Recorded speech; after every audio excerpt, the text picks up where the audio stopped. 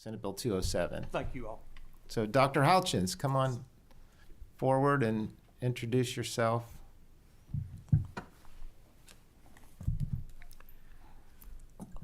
Yeah.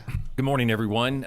Mr. Chairman, members of the committee, thank you all so much for this opportunity to speak to you today, to offer some summary and concluding remarks about K-12 innovation in Kentucky. As you've heard from my colleagues, Kentucky's universities have a remarkable track record of educational innovation through the kinds of programs that you've heard about here today.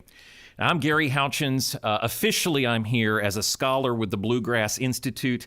I'm also a former member of the Kentucky Board of Education, and I am a career-long educator and advocate for education reform and improvement. I also happen to be a professor of educational leadership at Western Kentucky University. And while I'm not here today speaking on behalf of WKU or the Gatton Academy, by working at Western, I've had the privilege of getting to know Gatton students. I've had the chance to mentor them and participate in the interview process for prospective students at Gatton. And these experiences have shown me firsthand what happens when we match exceptional students with educational environments designed to meet their unique needs. What you've heard described today are prime examples of educational choice working brilliantly. Each of these programs exist because traditional high schools, no matter how well-intentioned, simply cannot provide the specialized resources, the advanced coursework, the research opportunities that these academically gifted students require. As I learned when I helped interview students for the Gatton Academy, these kids don't lack motivation or intelligence. Far from it. They lack access to educational environments that can challenge and nurture their exceptional abilities. Their assigned public schools, through no fault of their own, cannot offer the kind of advanced mathematics, laboratory research, or university-level coursework these students need to reach their potential. And this isn't a new concept for higher education. Universities have long recognized that different students thrive in different kinds of educational environments. That's why in states with charter schools, universities are often among the most trusted charter school authorizers. We understand that educational quality isn't one size fits all. Universities embrace diversity in educational approaches because we see the results. Students who've been able to access learning environments tailored to their needs arrive at our institutions better prepared and more engaged and more successful. But here's the crucial point. If specialized educational environments can transform outcomes for academically gifted students, why shouldn't we extend similar opportunities to all students who need something different from their assigned school? The student struggling in a large traditional classroom might thrive in a smaller, more individualized setting. The student passionate about the arts might flourish in a school with robust creative programming. The student needing more hands-on vocational preparation might succeed in an environment emphasizing practical skills. Parents know their children best. They understand their learning needs, their interests, their challenges, and their dreams. Just as the parents of our Gatton Academy students recognized their children needed something beyond what their local high school could provide, all Kentucky parents deserve the opportunity to seek educational environments where their children can succeed. And that's what brings me to an unprecedented opportunity for Kentucky families. The recently passed federal budget reconciliation package includes a provision that could finally give Kentucky students the same kinds of educational choices available to children in 48 other states. The One Big Beautiful Bill Act established a federal tax credit for private donations to scholarship programs. These scholarships help eligible students access various educational services, including private school tuition. 21 states already operate similar programs successfully. And this approach is particularly appealing because it uses private dollars, not public funds. Just as the federal government encourages charitable giving through other kinds of tax deductions, this program incentivizes private support for educational opportunity. But here's the crucial detail. States must opt in to allow their residents to participate. So the Kentucky legislature has the opportunity, and I would argue the obligation, to make our students eligible for this federal program. For too long, Kentucky has been one of the few states systematically denying students meaningful school choice options. We've seen the results of education innovation right here in our university partnerships. We know these approaches work. Last year's failed constitutional amendment should not be an excuse to deny Kentucky families this opportunity. That amendment was admittedly complex and confusing. But this federal program is different. It's ready to implement, it's been proven effective in other states, and it doesn't require Kentucky taxpayers to fund it. So let me be clear about what's at stake. We have tens of thousands of students in chronically underperforming schools who desperately need alternatives. These aren't just statistics, they're individual children with unique talents, interests, and potential. So, the programs you've heard about here today prove that Kentucky understands the power of education innovation when students can access learning environments designed for their needs.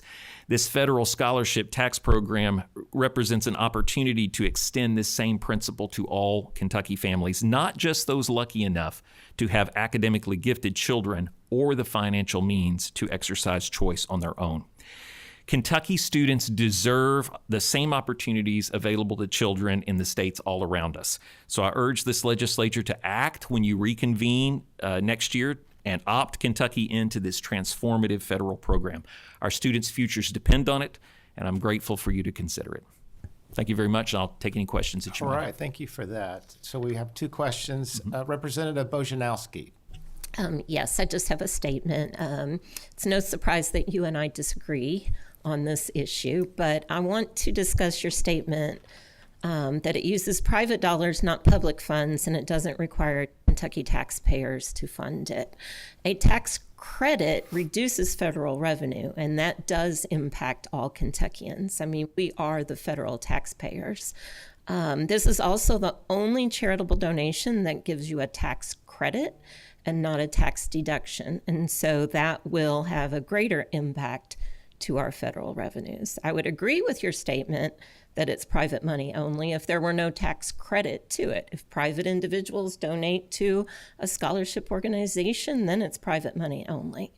But this is not what this is. And so my concern is that, once again, we are reducing funds available to the federal government that support us as Kentuckians for this purpose. Thank you. Thanks. I would just respond to that to say that, if we apply a similar standard, we wouldn't have any federal or state tax credits or deductions at all. And I think we need to be very mindful that we don't get into the mindset that every dollar you earn belongs to the federal government unless they deign to give some of it back to you. And so we have federal and state tax credit programs for all manner of things, from making movies in our state to incentivizing making purchases for improving the environmental integrity of your home. I don't see why we shouldn't also have an opportunity to encourage people to make a donation that could change the life of a student. Senator West. Thank you, Mr. Chair. Thank you for this presentation. It's very, very enlightening. I'm happy to report to you that the legislature is heavily engaged in this discussion, and I would suppose that there would be a bill related to this new tax provision that would allow Kentucky families to opt in. To your point, if we don't opt in, then we're basically leaving money on the table, right? I mean, this is one of the greatest opportunities in our lifetime to bring fresh money into the system, and so hopefully we can do that. And to your point, it's about choice. We're talking about school choice today a lot. In order for that individual to take the tax credit, they make that choice, right?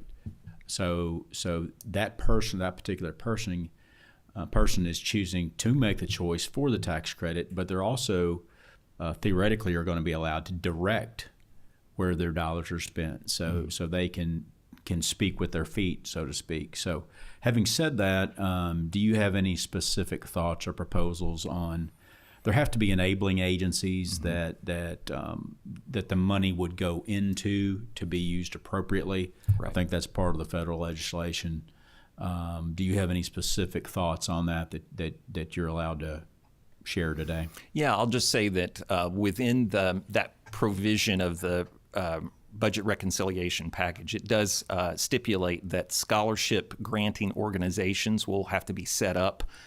Those will be 501c3 independent entities, and they'll be the ones that will be responsible for screening students who apply for these scholarships and making sure that eligibility requirements are met and that dollars go to the students who have the greatest needs. And that's all separated from the schools themselves. And so that creates a kind of integrity to the whole process that I think is important. One follow-up, Mr. Chair, just a statement really, and it's important to note that with our common school provision in the Constitution, these are all federal dollars. So this will be completely outside of that constitutional provision. And so it should allow total freedom to the taxpayer to divert money where they choose to. That's correct. It won't cost Kentucky taxpayers a penny. And it will exist outside of our current educational system. So there's no reason not to give our students this opportunity. Thank you.